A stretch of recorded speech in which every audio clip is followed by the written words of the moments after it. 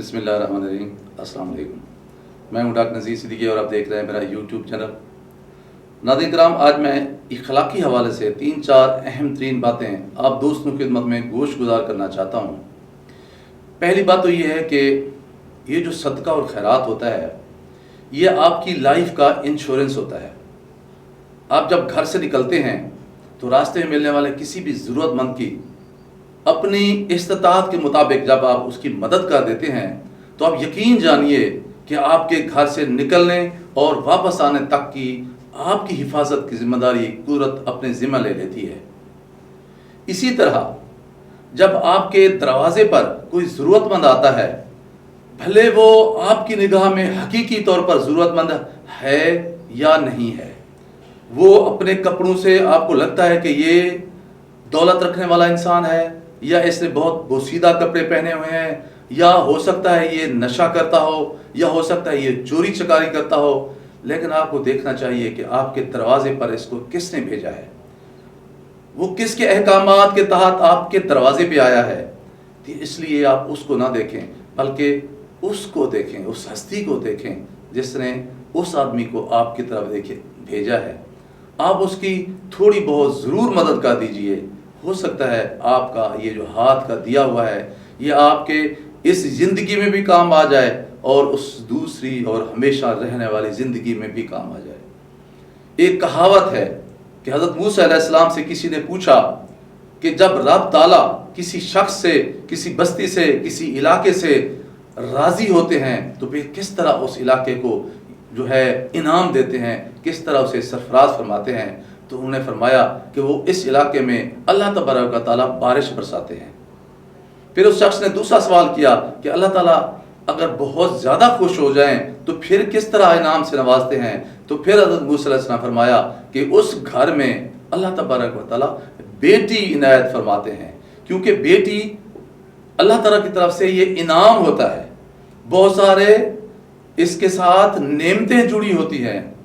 بہت سارے اس کے ساتھ چیلنجز جڑے ہوتے ہیں۔ اور پھر اس شخص نے سوال کیا اگر اس سے بھی زیادہ راضی ہو جائیں تو پھر حضرت موسیٰ علیہ السلام نے فرمایا اس گھر میں، اس بستی میں اپنا مہمان بھیجتے ہیں۔ تو گویا جو مہمان ہوتا ہے یہ اللہ تعالیٰ کی خوشنودی کی، رحمت کی، سرفرازی کی علامت ہوتا ہے۔ ایک کہاوت ہے کہ ایک شخص، ایک غریب آدمی، ایک سائل کسی دروازے پر جا کر دستک دیتا ہے اور گھر والا جب وہ دروازہ کھولتا ہے تو سوال کرتا ہے کہ مجھے بھوک لگی ہوئی ہے، میں کئی دنوں سے بھوکا ہوں، تو مجھے روٹی دیجیے۔ گھر والے کو اپنے حالات کا علم تھا، اسے پتا تھا کہ میں خود کئی دنوں سے فاقے پہ ہوں، میرے گھر میں کچھ نہیں ہے۔ اس نے کہا میرے تو اپنے گھر میں کچھ نہیں ہے، میں آپ کی کوئی مدد نہیں کر سکتا۔ وہ فقیر چپ کر کے چلا گیا۔ وہ جو گھر والا تھا اس نے اپنا کواڑ دروازہ بند کیا اور گھر گیا، جا کر دیکھتا ہے تو اس کے جو وہ برتن تھا آٹے والا، اس میں سے ایک بزرگ آدمی آٹا نکال کر جا رہا ہے۔ اب یہ گھر والا اس سے سوال کرتا ہے کہ تم کون ہو اور یہ آٹا کہاں سے آیا تھا اور تم اس کو نکال کر کدھر جا رہے ہو؟ وہ بارش آدمی کہتا ہے، وہ بزرگ آدمی کہتا ہے کہ میں اللہ تبارک و تعالیٰ کا فرشتہ ہوں، اللہ تبارک و تعالیٰ نے تمہارے پاس اپنا ایک مہمان بھیجا، ایک مسکین بھیجا، ایک مسافر بھیجا کہ تم اسے روٹی کھلاؤ گے، اور ساتھ ہی مجھے بھیج دیا کہ تم اس کے پاس آٹا لے کے جاؤ تاکہ یہ میرے مہمان کو روٹی کھلا سکے۔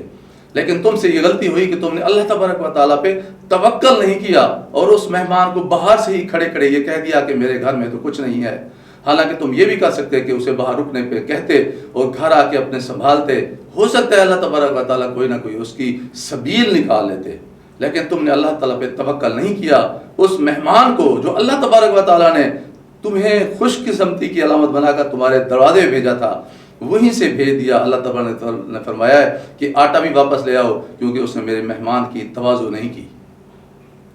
اسی طرح کہا جاتا ہے کہ میرے نبی پاک صلی اللہ علیہ وسلم نے فرمایا کہ جو شخص میرے مہمان کی دستیاب وسائل کے مطابق اسے خوش آمدید کہتا ہے، اسے اس کی تواضع کرتا ہے، اور پھر اس کی شان کے مطابق، اس کی وقار کے مطابق اسے باہر آ کر اسے خدا حافظ کہتا ہے، تو گویا وہ میری ایک سنت جگاتا ہے، میری ایک سنت زندہ کرتا ہے۔ اور جو میری سنت جگاتا ہے، میری سنت زندہ کرتا ہے، وہ کبھی بھی جہنم میں نہیں جا سکتا۔ تو ناظرین کرام، یہ بہت اگرچہ ہمارے نزدیک بہت چھوٹی چھوٹی باتیں ہیں، لیکن اگر ہم ان پہ عمل کریں تو ہم اپنی دونوں زندگیاں سنوار سکتی ہیں۔ یہ دنیا میں بھی ہم کامیابیاں سمیٹ سکتے ہیں، اور وہ جو ہماری آخری زندگی ہے، جو ہماری اس زندگی کا اصل حاصل ہے، وہاں بھی ہم اللہ تبارک و تعالیٰ کے سامنے سرخرو ہو سکتے ہیں۔